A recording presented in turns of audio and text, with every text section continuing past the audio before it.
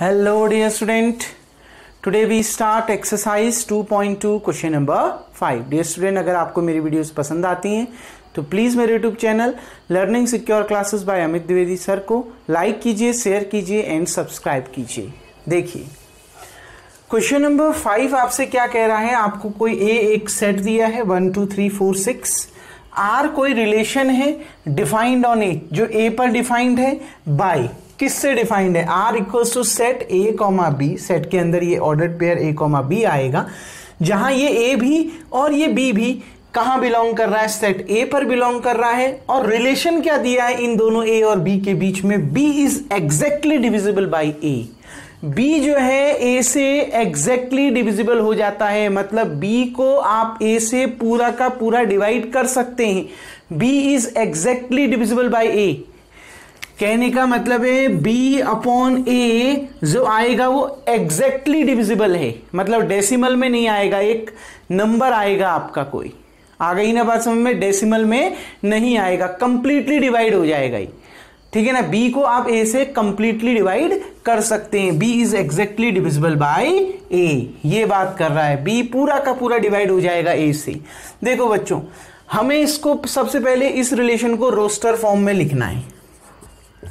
तो roster form क्या होगा बच्चों, अगर आप एरो डायग्राम से समझते हैं तो भी मैं आपको समझा देता हूं, थ्योरेटिकली समझना है तो भी आप इसको थ्योरेटिकली लिख सकते हो।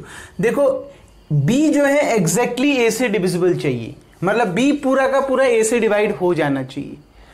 देखो 1 है, ठीक, 1,1, 1 को आप 1 से डिवाइड कर सकते हैं ना बच्चों, ठीक है ना। 1 को आप 1 से डिवाइड इजीली कर सकते हैं, क्लियर। तो b a कॉमा b, तो a भी 1 b भी 1, b 1 हो गया, 1 को 1 से डिवाइड कर सकते हैं। a 1 रहा, b 2, 1,2, 2 को भी तो 1 से डिवाइड कर सकते हैं। b की वैल्यू 3 हो गई, 1,3, 1,4, 1,6 आ सकता है ना रिलेशन के अंदर। आ गई बात समझ में। आर के अंदर वो सारे नंबर आ सकते हैं ना जो मैंने अभी बोले, ठीक। ऐसे ही देखो, अगर b 2 है तो 2 को हम 2 से भी डिविजल कर सकते हैं, मतलब 2,2। 4 है, 2,4, 2 से हम किस, देखो a की वैल्यू अगर 2 हो तो b क्या होना चाहिए, b एग्जैक्टली डिविजिबल होना चाहिए a से। अगर a 2 है, ये अपॉन में 2 है, ठीक, तो ऊपर क्या होना चाहिए, ऊपर इवन नंबर होना चाहिए। अब इसमें इवन नंबर छांटो, 2, 4 और 6, तो ऊपर 2 भी हो सकता है, ऊपर 4 भी हो सकता है और ऊपर 6 भी हो सकता है। मतलब क्या आ गया, 2,2, 2,4, 2,6 रिलेशन के अंदर ये भी आ गया। और भी क्या, देखो अगर नीचे 3 है, a की जगह में 3 है, तो एग्जैक्टली डिविजिबल क्या है, 3। देखो अगर अपॉन में 3 है तो ऊपर 3 होना चाहिए या फिर ऊपर 6 होना चाहिए। देखो 3 से आप या तो 3 को डिवाइड कर सकते हो या तो 6 को डिवाइड कर सकते हो, इनमें से, क्लियर। अब नीचे 4 होगा तो ये कोई भी डिविजिबल नहीं होगा कंप्लीटली। अगर नीचे 6, अच्छा होगा, बिल्कुल होगा। अगर नीचे 4 है तो ऊपर भी 4 होना चाहिए। अगर a 4 है तो b भी 4 होगा, तब कंप्लीटली डिविजिबल हो जाएगा। और अगर नीचे 6 है तो ऊपर भी 6 होना चाहिए, यानी 6,6, ये सब रिलेशन के अंदर आ गई। अब ऐसा क्या हो रहा है बच्चों, देखो इसमें आपको बहुत ज्यादा थ्योरेटिकली सोचना पड़ रहा है कि क्या आएगा, इसलिए अब एरो डायग्राम आपके लिए बहुत ज्यादा फायदेमंद हो जाएगी। जैसे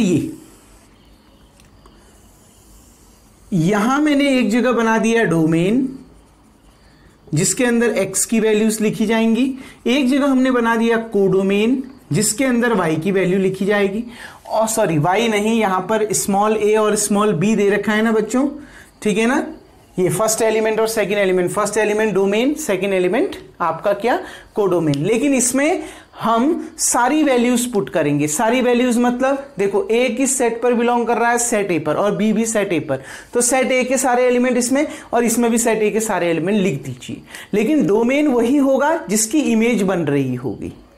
आ गई ना बात समझ में। तो देखो 1 2 3 4 6, यहां पर 1 2 3 4 6, क्लियर बच्चों। आ गई ना बात समझ में,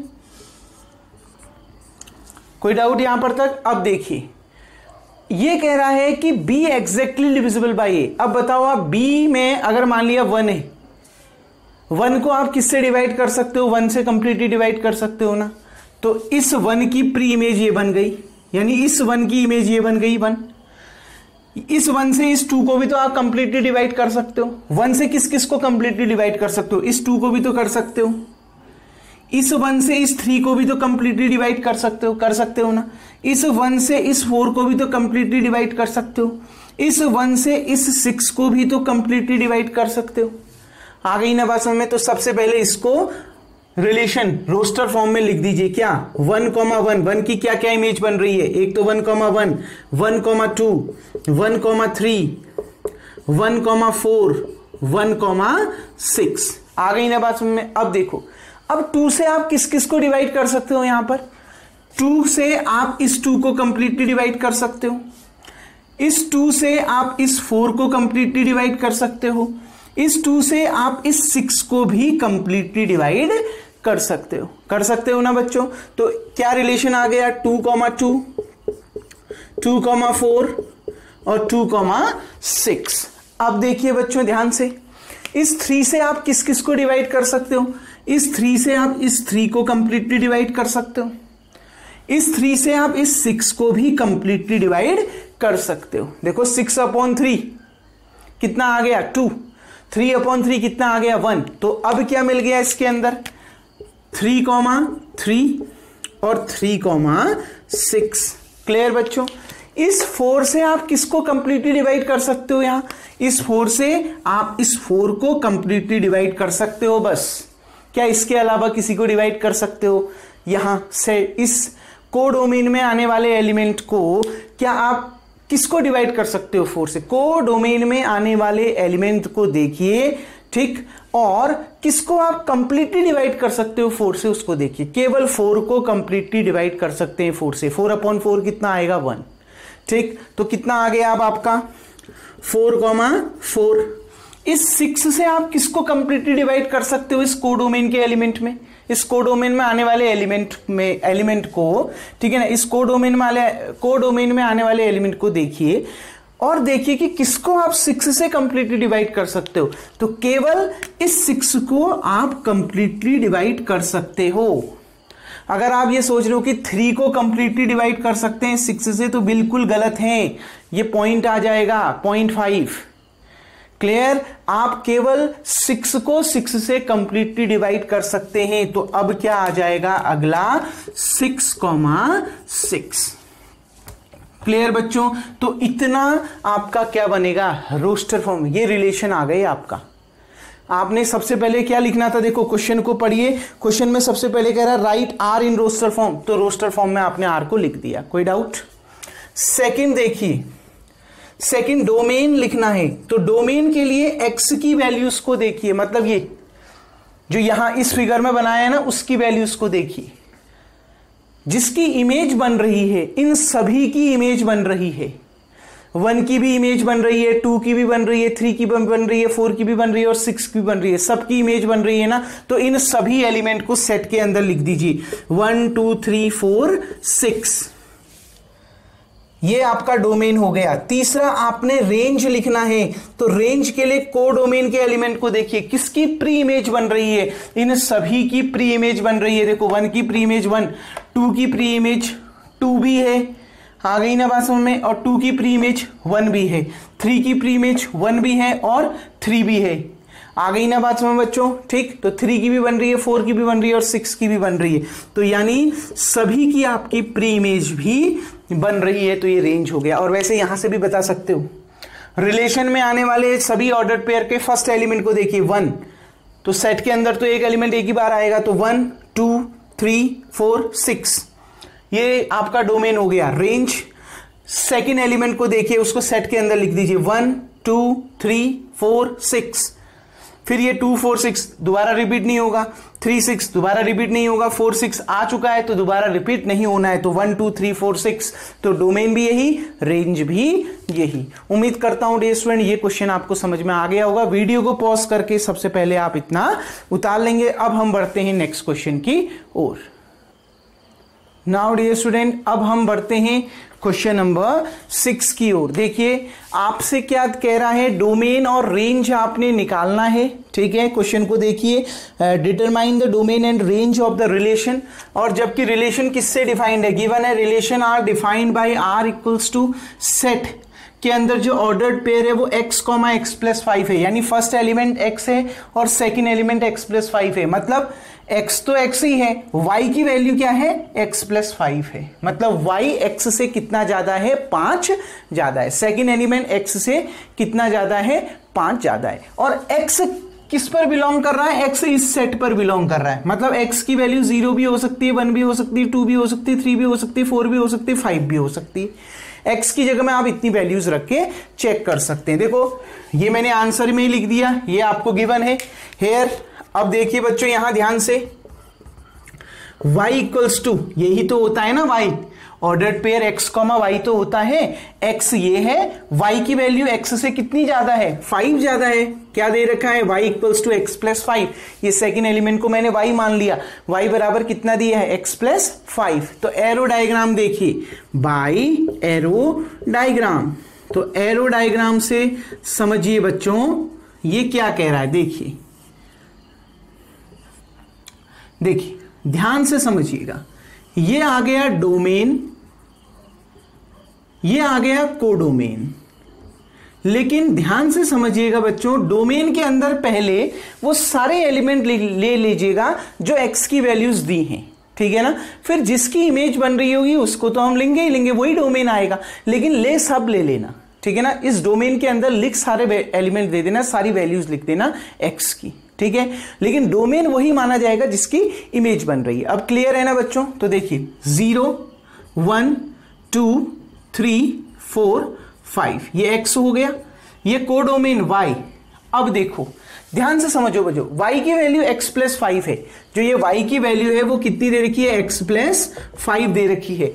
अगर x की वैल्यू 0 होगी, x की जगह में 0 रख दोगे तो y की वैल्यू 0 प्लस 5 कितना आएगा 5 आएगा, तो इसके अंदर हमने 5 रख दिया, यानी इस 0 की इमेज क्या बन रही है 5 बन रही है। क्लियर आएगा कि नहीं आएगा, ठीक है ना, रिलेशन बस डिफाइंड है, x की वैल्यू दी है और y की वैल्यू उससे 5 ज्यादा दी है, तो इसके अंदर हम जो जो y की वैल्यू निकलते जा रही है उसको लिख देंगे। क्लियर बच्चों, अब देखिए ध्यान से, उसके बाद अगर x की जगह में 1 रख दोगे तो 1 प्लस 5 6, तो यहां पर 6 हो गया, तो ये 1 किससे रिलेटेड है, ऐसा तो नहीं कह रहा ना कि x ये है तो y भी इसी सेट पर बिलोंग कर रहा है, ऐसा तो नहीं कह रहा, केवल x बिलोंग कर रहा है इस पर। क्लियर, तो और y की क्या है x प्लस 5 है, y की जो वैल्यू है वो x प्लस 5 है, x से 5 ज्यादा है, मतलब और कोई रेस्ट्रिक्शन नहीं है कि ये y की वैल्यू इतनी होनी चाहिए, x की वैल्यू इतनी, x के लिए रेस्ट्रिक्शन है लेकिन y के लिए कोई रेस्ट्रिक्शन नहीं है, y की कुछ भी वैल्यूज हो सकती हैं, तो मैं वही वैल्यू रखते जा रहा हूं जो आ रही है, x की वैल्यूज रखने पर जो y की वैल्यू निकल के आ रही है उस कोडोमेन के अंदर मैं वही लिखते जा रहा हूं। अब देखिए 2 रख दीजिए, 2 प्लस 5 7, तो 2 की इमेज क्या हो गई 7। अब देखिए 3 रख दीजिए, 3 प्लस 5 8, तो 3 की इमेज क्या हो गई 8। 4 रख दीजिए, 4 प्लस 5 9, तो 4 की इमेज क्या हो गई 9, और 5 रख दीजिए, 5 प्लस 5 10, तो 5 की इमेज क्या हो गई 10। क्लियर बच्चों, तो अब देखिए डोमेन क्या होगा, दिख रहा है ना बच्चों, डोमेन x की वो वैल्यू जिनकी इमेज बन रही है, सारी की सारी x की वैल्यूज की इमेज आपको मिल रही है, मतलब इन सभी को सेट के अंदर लिख दो 0 1 2 3 4 5। दूसरा आपने क्या लिखना है, रेंज, जिसकी y की वो वैल्यू जिसकी प्री इमेज मिल रही है, y की वो वैल्यू जिसकी प्री इमेज मिल रही है, देखो y की ये सभी वैल्यूज की प्री इमेज मिल रही है ना, 5 की प्री इमेज 0 है, 6 की प्री इमेज 1 है, 7 की 2 है, 8 की 3 है, 9 की 4 है और 10 की 5 है। इन y की सभी वैल्यूज की आपको प्री इमेज मिल रही है, मतलब इन सभी एलिमेंट्स को आप सेट के अंदर लिख लीजिए 5 6 7 8 9 और 10, ये आपका क्या हो गया रेंज हो गया। क्लियर बच्चों, आपने यही निकालना था ना क्वेश्चन में, डोमेन और रेंज लिखना था इस रिलेशन का, बिल्कुल लिख दिया। अगर आपसे रिलेशन आर को रोस्टर फॉर्म में लिखने के लिए कहता तो भी आप लिख सकते थे 0,5 1,6 2,7 3,8 4,9 5,10। क्लियर, सेट के अंदर इसको आप लिख देते। कोई डाउट डियर स्टूडेंट, उम्मीद करता हूं ये क्वेश्चन भी आपको समझ में आ गया होगा, वीडियो को पॉज करके आप इतना उतार लेंगे। नाउ डियर स्टूडेंट, अब हम बढ़ते हैं क्वेश्चन नंबर 7 की ओर। और ये क्या कह रहा है, देखो बहुत छोटा सा क्वेश्चन है, write the relation R equals to, एक रिलेशन दे रखा है उसको लिखना है। जो रिलेशन क्या दे रखा है, x comma x cube, x एक प्राइम नंबर है जो 10 से छोटा है, लेस देन 10, x एक प्राइम नंबर है जो 10 से छोटा है, इन रोस्टर फॉर्म। आपने इस रिलेशन को रोस्टर फॉर्म में लिखना है, मतलब गिवन आपको ये है क्या, r equals to x comma x cube, x is a prime number less than 10, x एक प्राइम नंबर है लेस देन 10। तो वी हैव, देखो x एक प्राइम नंबर है जो 10 से छोटा है, तो 10 से छोटे प्राइम नंबर क्या क्या होते हैं, 2 हो गया, 3 हो गया, ठीक, 5 हो गया, 7 हो गया। प्राइम नंबर वे नंबर होते हैं जो केवल खुद से डिविजिबल होते हैं और एक से बड़े होते हैं और केवल खुद से डिविजिबल होते हैं, यही तो डेफिनेशन है। तो देखो एक से बड़ा प्राइम नंबर 2, 3, 5, 7, 4 प्राइम नंबर नहीं होता, 6 प्राइम नंबर नहीं होता, 8 प्राइम नंबर नहीं होता, 9 भी प्राइम नंबर नहीं होता। तो 10 से छोटे प्राइम नंबर ढूंढ लेते तो मिल गई, ये 4 10 से छोटे प्राइम नंबर होंगे। अब देखिए, तो इन रोस्टर फॉर्म, अब रिलेशन क्या हो जाएगा रोस्टर फॉर्म में, जरूरी नहीं है एरो डायग्राम बनाओ, क्योंकि कुछ क्वेश्चन तो सीधे भी सॉल्व हो जाते हैं। एक्स की जो वैल्यू होगी, ठीक है, y की वैल्यू उसकी तिगुनी होगी, उसका क्यूब होगा, तिगुना नहीं उसका क्यूब होगा। जो x की वैल्यू होगी y की वैल्यू उसका क्या होगा, क्यूब होगा। फर्स्ट एलिमेंट जो भी होगा सेकंड एलिमेंट उसका क्यूब हो जाएगा, उसको 3 बार मल्टीप्लाई कर देना। क्लियर। तो देखो x फर्स्ट एलिमेंट 2 है, तो सेकंड एलिमेंट क्या होगा, 2 की पावर 3, 2 की पावर 3 कितना होता है, 8। फर्स्ट एलिमेंट क्या है, 3, x की वैल्यू 3 है, तो उसका सेकंड एलिमेंट क्या होगा, उसकी पावर 3, 3 की पावर 3 कितना होता है, 27। x की वैल्यू क्या है, 5, तो उसका सेकंड एलिमेंट क्या होगा, फर्स्ट एलिमेंट अगर 5 है तो सेकंड एलिमेंट उसका क्यूब यानी 125। क्लियर। अगर फर्स्ट x की जो वैल्यू है वो 7 है, यानी फर्स्ट एलिमेंट ऑर्डर पेयर का 7 है, तो सेकंड एलिमेंट उसका क्यूब हो जाएगा, 7 7 जा 49, 49 7 जा 343, तो ये कितना आ गया, 343। तो ये आ गया रिलेशन किस फॉर्म में, रोस्टर फॉर्म में। ध्यान रखना फर्स्ट एलिमेंट जो होगा सेकंड एलिमेंट उसका क्यूब होगा, उसकी पावर 3 हो जाएगी। जैसे फर्स्ट 2 है तो उसकी पावर 3 8, सेकंड फर्स्ट 3 है तो उसकी सेकंड एलिमेंट उसकी पावर 3 27, फर्स्ट एलिमेंट 5 है तो सेकंड एलिमेंट उसकी पावर 3 यानी 125, फर्स्ट एलिमेंट 7 है तो सेकंड एलिमेंट उसकी पावर 3 यानी 343। उम्मीद करता हूं बच्चों ये क्वेश्चन भी आपको समझ में आ गया होगा। वीडियो को पॉज करके सबसे पहले आप इतना उतार लेंगे। नाउ डियर स्टूडेंट, अब हम बढ़ते हैं क्वेश्चन नंबर 8 की ओर, और क्वेश्चन नंबर 8 आपसे क्या कह रहा है उसको समझिए। देखिए आपको क्या दिया हुआ है बच्चों, a इक्वल्स टू, ठीक है, a equals to x comma y comma z दे रखा है, यानी गिवन क्या है, सेट a इक्वल्स टू दिया है x comma y comma z, यानी जो अब अभी बताता हूं बच्चों, आगे देखिए, सेट b इक्वल्स टू कितना दे रखा है, 1,2।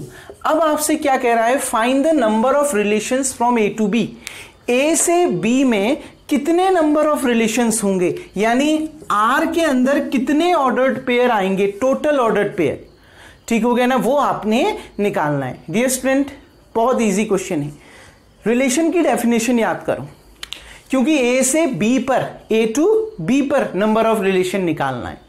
मैंने आपसे कहा अगर कोई A कोई नॉन एम्प्टी सेट है, B भी कोई नॉन एम्प्टी सेट है, तो A क्रॉस B क्या होता है, कार्टेशियन प्रोडक्ट होता है। तो उस कार्टेशियन प्रोडक्ट के जितने सबसेट होते हैं वही रिलेशन कहलाता है। डेफिनेशन याद आई, मैंने आपसे बोला था सेट A कोई नॉन एम्प्टी है, नॉन एम्प्टी A कोई नॉन एम्प्टी सेट है, B भी कोई नॉन एम्प्टी सेट है, ठीक, तो A cross B Cartesian product होता है। तो रिलेशन A टू B क्या कहलाएगा, जितने उस A क्रॉस B उस कार्टेशियन प्रोडक्ट वाले सेट के सबसेट होंगे वही रिलेशन कहलाता है। डेफिनेशन बताई थी ना, A क्रॉस B के में जितने नंबर ऑफ सबसेट होंगे, ठीक है ना, number of subset of A cross B ही आपका रिलेशन कहलाता है A टू B पर। क्लियर। A से B पर नंबर ऑफ रिलेशन क्या कहलाते हैं, subset of A cross B आपका नंबर ऑफ रिलेशन कहलाता है A से B पर। याद आ रही है ना डेफिनेशन, तो उसी डेफिनेशन का यूज करना है। मैंने आपको बोला था R is a subset of A cross B, बोला था ना, R सबसेट होता है A क्रॉस B का, मतलब अगर ए कोई नॉन एम्प्टी सेट है, बी भी नॉन एम्प्टी सेट है, A cross B Cartesian product है, तो रिलेशन की डेफिनेशन क्या होती है? Relation is a subset of A cross B. Relation subset होता है ए क्रॉस बी का, तो उसी डेफिनेशन का यूज करना है। ठीक है, आपने अभी क्या निकालना है? नंबर ऑफ रिलेशन निकालने कि उस रिलेशन में कितने नंबर होंगे, नंबर ऑफ रिलेशंस, कितने नंबर ऑफ रिलेशंस होंगे ए से बी पर, ए से बी पर कितने नंबर ऑफ रिलेशंस होंगे, ये आपने निकालना है। तो बहुत आसान है, सबसेट अगर आप निकाल लो ए क्रॉस बी का, अगर नंबर ऑफ सबसेट आपको मालूम हो जाए तो आपका आंसर आ जाएगा। आ रही है ना बात समझ में? अब देखिए बच्चों, अगर सेट ए ये दे रखा है तो number of element in set ए कितना है? 3। अगर सेट बी इतना दे रखा है तो number of element in set B कितना है? 2। तो बच्चों number of element in set A cross B, A cross B में कितने नंबर ऑफ एलिमेंट हो जाएंगे? बच्चों आपको मैंने बहुत अच्छे से फर्स्ट एक्सरसाइज में पढ़ाया था, n a cross n b, number of element in set a into number of element in set b, यानी 3 इंटू 2 यानी कितना? 6। तो number of relation, number of relations from A to b, a से b पर कितने नंबर ऑफ रिलेशन होंगे? वो किसके बराबर होता है? Number of subset of A cross B. जितने सबसेट होंगे ए क्रॉस बी के, जितने सबसेट होंगे ए क्रॉस बी के, वही नंबर ऑफ रिलेशन होता है ए से बी पर। ए क्रॉस बी के जितने नंबर ऑफ सबसेट आएंगे, और नंबर ऑफ सबसेट की फॉर्मूला क्या था बच्चों? 2 की पावर n। ए क्रॉस बी में कितने नंबर ऑफ सबसेट हैं वो निकालना है, तो फॉर्मूला क्या होगा? 2 की पावर n। n क्या होगा? ए क्रॉस बी में कितने एलिमेंट हैं? ए क्रॉस बी में कितने एलिमेंट हैं? 6। तो n की जगह में 6 रख दीजिए। 2 2 जा 4, 4 2 जा 8, 8 2 जा 16, 16 2 जा 32, 32 2 जा 64। तो आंसर कितना आएगा? 64। तो कितने नंबर ऑफ रिलेशन होंगे ए से बी पर? 64 नंबर ऑफ रिलेशंस होंगे। आ गई ना बात में? डेफिनेशन याद आ रही है ना बच्चों? साफ साफ बोला था, रिलेशन की डेफिनेशन क्या होती है? Relation is a subset of A cross B. और अगर रिलेशन ए क्रॉस बी का सबसेट है तो देखो, number of element in set A आपको 3 दिख रहे हैं, number of element in set B आपको 2 दिख रहे हैं, 1 और 2, 2 एलिमेंट दिख रहे हैं। तो ए क्रॉस बी में कितने एलिमेंट होंगे? ए क्रॉस बी ही क्यों निकाला? क्योंकि रिलेशंस, नंबर ऑफ रिलेशन आपको ए टू बी में फाइंड करना था, ए से बी पर, यानी पहला ए है और दूसरा बी है। ठीक है ना? तो यहां भी पहला ए है और दूसरा बी है, तब मैंने ए क्रॉस बी निकाला। तो कितने एलिमेंट होंगे? 3 इंटू 2 कितने? 6। तो देखिए number of relation from A to B किसके बराबर होगा? Number of subset of A cross B. A cross B के जितने सबसेट होंगे, फॉर्मूला 2 की पावर n। n क्या है कि ए क्रॉस बी में कितने नंबर ऑफ एलिमेंट है? कितने हैं? 6। तो 2 की पावर 6 कितना? 64। तो यही आपका क्या होगा? आंसर होगा। डियर स्टूडेंट, उम्मीद करता हूं ये क्वेश्चन आपको समझ में आ गया होगा। वीडियो को पॉज करके इतना उतार लें। नाउ डियर स्टूडेंट, अब हम बढ़ते हैं लास्ट क्वेश्चन की ओर। लास्ट क्वेश्चन कह रहा है आर कोई रिलेशन है जो डिफाइंड है जेड पर। ठीक है, रिलेशन है जेड पर, यानी जेड क्या है? Integers he. Defined by Z क्या होता है? सेट ऑफ इंटीजर्स होता है। ठीक है, R equals to set A comma b. किससे डिफाइंड है? देखिए, ordered pair A comma b. First element a है और सेकेंड एलिमेंट बी है, और ये ए और बी दोनों किस पर बिलोंग कर रहा है? जेड पर, यानी दोनों इंटीजर्स हैं। और अगर ये दोनों इंटीजर्स हैं तो इनका सब्सट्रैक्शन भी इंटीजर्स आना चाहिए। ये दोनों इस तरीके से इंटीजर होने चाहिए कि दोनों का सब्सट्रैक्शन भी इंटीजर आना चाहिए। ठीक है, तो डोमेन और रेंज फाइंड करना है। देखो बच्चों, बहुत सिंपल सा लॉजिक है। अगर दो इंटीजर्स का आप डिफरेंस निकालो तो वो इंटीजर ही आएगा। अब वो पॉजिटिव इंटीजर भी हो सकता है, नेगेटिव इंटीजर भी हो सकता है, वो जीरो भी हो सकता है। कोई भी दो इंटीजर ले लीजिए, आप लीजिए 100 और -100 ले लीजिए। ए की वैल्यू 100 ले ली, बी की वैल्यू -100। इन दोनों का difference a minus b, 100 minus -100, minus minus plus, 100 plus 100 कितना आएगा? 200। 200 एक इंटीजर होता है ना। तो बच्चों ध्यान रखना, कोई दो इंटीजर अगर आपको दिए, देखो ए और बी दोनों जेड पर बिलोंग कर रहा है ना, मतलब दोनों इंटीजर्स हैं। तो अगर ए और बी इंटीजर्स हैं तो उनका डिफरेंस भी हमेशा इंटीजर ही आएगा। याद रखना, उनका डिफरेंस हमेशा इंटीजर आएगा। जैसे ए अगर -1 है, ठीक है, ए अगर आपका 1 है, मान लिया ए 1 है और बी भी 1 है, तो 1 - 1 कितना आ गया? 0। देखो a 1 है b भी 1 है, 1 दोनों, देखो 1 इंटीजर होता है ना, a भी इंटीजर है b भी इंटीजर है, तो दोनों का डिफरेंस कितना आ रहा है 0। ये 0 भी तो इंटीजर होता है, तो ध्यान रखना अगर a और b इंटीजर हैं तो उनका डिफरेंस इंटीजर ही आएगा। और हमने ये पेयर, ऑर्डर्ड पेयर में a और b ऐसे लेने हैं कि वो इंटीजर हो। हमने a और b कैसे लेने हैं, a भी इंटीजर लेना है और b भी इंटीजर लेना है। तो बच्चों मैंने आपको बता दिया अगर a इंटीजर है b इंटीजर है जो कि दिया है, ठीक है, तो उनका डिफरेंस तो हमेशा ही क्या आएगा, इंटीजर आएगा। आपने डोमेन ऑन रेंज निकालना है। बच्चों डोमेन क्या होगा, डोमेन क्या होता है, ऑर्डर्ड रिलेशन के अंदर जितने भी ऑर्डर्ड पेयर आए हैं उसमें फर्स्ट, जो उस ऑर्डर्ड पेयर का फर्स्ट एलिमेंट को आप सेट के अंदर लिख दो, वो डोमेन कहलाता है। देखो बच्चों ऑर्डर्ड पेयर का पहला एलिमेंट क्या है a, और a किस पर बिलोंग कर रहा है z, मतलब a एक इंटीजर है, कोई भी इंटीजर वो हो सकता है। तो मतलब सेट के अंदर कोई भी इंटीजर को लिख दो, मतलब सेट के अंदर सभी इंटीजर्स को लिख दो। आ गई ना बात समझ में, तो वो डोमेन हो जाएगा। तो डोमेन क्या हो जाएगा z, ये z ही तो आपका क्या है, सेट ऑफ इंटीजर है। आ गई ना बात समझ बच्चों, क्लियर। ये z आपका क्या है, सेट ऑफ इंटीजर है। देखो बच्चों ऑर्डर्ड पेयर में, रिलेशन के अंदर जो ऑर्डर्ड पेयर लिखा जाता है उसका फर्स्ट एलिमेंट को जब आप सेट के अंदर लिख देते हो उनके फर्स्ट एलिमेंट को, वो आपका क्या कहलाता है, वो आपका डोमेन कहलाता है। तो फर्स्ट एलिमेंट क्या है, a है। अब a कहां बिलोंग कर रहा है, z पर, मतलब a इंटीजर है। अब अगर a इंटीजर है तो वो कुछ भी हो सकता है, 1 भी हो सकता है, -1 भी हो सकता है, 2 भी हो सकता है, -2 भी हो सकता है। तो बस उन सभी इंटीजर्स को सेट के अंदर लिख दो तो क्या बन जाता है, z बन जाता है, सेट ऑफ इंटीजर्स बन जाता है। तो डोमेन क्या हो गया, सेट ऑफ इंटीजर्स। रेंज क्या, इस ऑर्डर्ड पेयर का सेकंड एलिमेंटों को आप सेट के अंदर लिख दीजिए, वो रेंज है। सेकंड एलिमेंट क्या है, b, और b भी एक इंटीजर है। तो बच्चों जब b इंटीजर है वो कोई भी इंटीजर हो सकता है, तो उन सभी इंटीजर्स को एक सेट के अंदर लिख दो तो वो रेंज बन जाता है। मतलब रेंज भी आपका क्या हो जाएगा, सेट ऑफ इंटीजर्स। आ रही है ना बात समझ में, क्योंकि b इंटीजर है, अब वो कोई भी इंटीजर हो सकता है, -1 -2 -3 1 2 3 कुछ भी हो सकता है। तो सभी इंटीजर्स को सेट के अंदर लिख दो तो वो क्या बन जाता है, सेट ऑफ इंटीजर्स बन जाता है, जिसको हम z से रिप्रेजेंट करते हैं। तो डोमेन भी मिल गया, रेंज भी मिल गया, दोनों क्या है, z और z। क्लियर डियर स्टूडेंट, उम्मीद करता हूं ये एक्सरसाइज 2.2 आपको समझ में आ गई होगी। डियर स्टूडेंट अब जो अगला टॉपिक है वो हम नेक्स्ट वीडियो से देखेंगे, तब तक के लिए थैंक यू। आज का वर्क आपका यही है, वीडियो को पॉज करके आप इतना उतार लेंगे।